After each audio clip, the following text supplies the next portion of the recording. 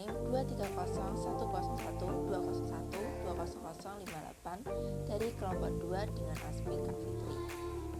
Di sini saya akan melaksanakan praktikum acara 3 mengenai macam bahan pakan dan pemberian pakan pada unggas. Sebelum masuk ke pembahasan inti, bahan pakan sendiri merupakan hasil dari pertanian, perikanan, perkebunan, dan peternakan atau dari bahan lain yang dapat dimanfaatkan dan dicerna oleh ternak setelah diolah maupun belum diolah.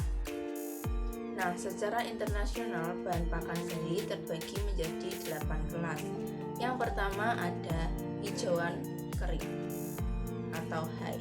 Hijauan kering memiliki kadar air maksimal 12-14% dengan serat kasar lebih dari 10%.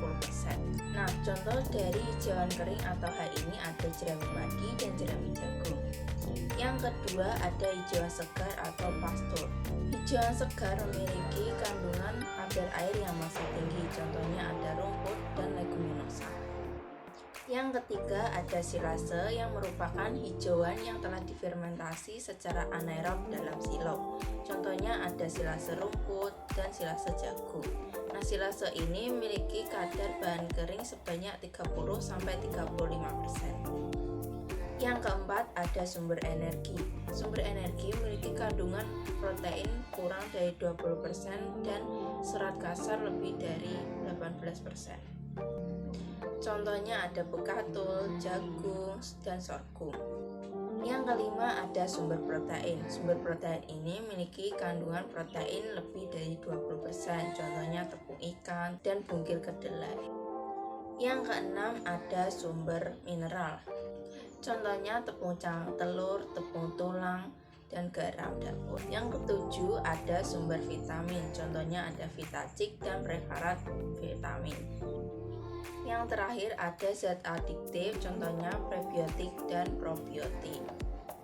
Nah, dari 8 kelas bahan pakan tersebut, bahan pakan untuk unggas sendiri merupakan bahan pakan sumber energi, sumber protein, sumber mineral, sumber vitamin, dan zat adiktif. Fungsi nutrien terhadap unggas. Nah, dalam penyusunan rasum, imbangan nutrisi yang perlu diperhatikan adalah energi dan protein. Hal ini karena energi dan protein memiliki fungsi yang sangat penting bagi pertumbuhan dan perkembangan produksi pada unggas. Karbohidrat sebagai sumber energi memiliki 3 fungsi utama, yaitu biosintesis untuk memproduksi sel dan jaringan. Yang kedua, maintenance untuk memelihara kondisi dan fungsi tubuh. Yang ketiga, untuk melakukan kegiatan eksternal. Kemudian protein sebagai unsur pokok alat tubuh dan jaringan lunak dalam tubuh unggas, serta bagian dari semua enzim dalam tubuh. Memiliki fungsi untuk pertumbuhan, pengelolaan, dan produksi telur dan daging unggas. Kemudian cara pemberian pakan pada unggas. Nah, setelah dilakukan penyusunan dan pencampuran rasum, dapat dilakukan pemberian pakan pada unggas dengan 2 cara. Yang pertama ada ad libitum atau tanpa batas, yang pakannya diberikan sepanjang waktu, namun memperhatikan jumlah pemberian pada pakan. Yang kedua ada feed restricted, yang pemberian pakannya diberikan terbatas sesuai kebutuhan umur dan periode tertentu. Nah, bentuk pakan pada unggas ada 3 bentuk.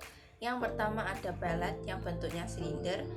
Yang kedua ada crumble yang bentuknya butiran pecah atau granula yang dipecah dari pellet.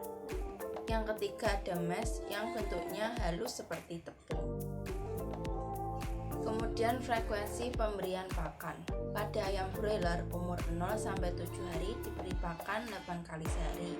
Umur 7-14 hari diberi pakan 6 kali sehari. Umur 15-21 hari diberi pakan 4 kali sehari. Umur 28 hari sampai panen diberi pakan 2 kali sehari. Dan untuk ayam petelur, pemberian pakan dilakukan 2 kali sehari. Dengan catatan, kandungan nutrisi pada pakan tersebut memadai dan memenuhi kebutuhan nutrisi pada tiap unggas tiap pastinya. Nah, kemudian uji organoleptik bahan pakan. Pengujian ini dilakukan untuk mengetahui kualitas dari bahan pakan tersebut dari penginderaan yang dilakukan oleh penguji, seperti warna, bentuk, dan bau. Nah, pada praktikum ini saya melakukan uji organoleptik pada 3 bahan pakan. Yang pertama ada bekatul, kemudian E4, dan garam. Yang pertama, uji organoleptik pada bekatul yang merupakan sumber energi. Di sini dapat dilihat juga bahwa warna bekatul ini berwarna coklat muda dan memiliki bentuk serbuk dengan tekstur yang agak kasar. Dan aromanya beraroma khas bekatul. Uji organoleptik pada garam. Yang pertama ada warna. Warnanya di sini berwarna putih agak kusam dan berbentuk butiran atau butiran kristal dan teksturnya yang kasar dan baunya khas garam. Kemudian uji organoleptik pada E4 yang merupakan zat adiktif. Di sini dapat dilihat bahwa warna E4 berwarna coklat tua dan bentuknya cair dengan tekstur yang encer dan aroma yang asam. Terakhir, kebutuhan nutrisi pada unggas setiap fase fisiologisnya di fase starter dan finisher. Menurut SNI, pada ayam broiler fase starter, kebutuhan nutrisi PK unggas yaitu minimal 20% dan EM minimal 3000 kilokalori per kilogram. Kemudian untuk fase finisher PK minimal 18% dan EM 3200 kilokalori per kilogram. Pada broiler fase finisher, proteinnya turun karena tidak ada pertumbuhan dan protein akan terbuang sia-sia menjadi NH3 dan dapat berbahaya bagi unggas. Selain itu, EM-nya juga dinaikkan karena semakin bertambahnya umur, energi semakin dibutuhkan.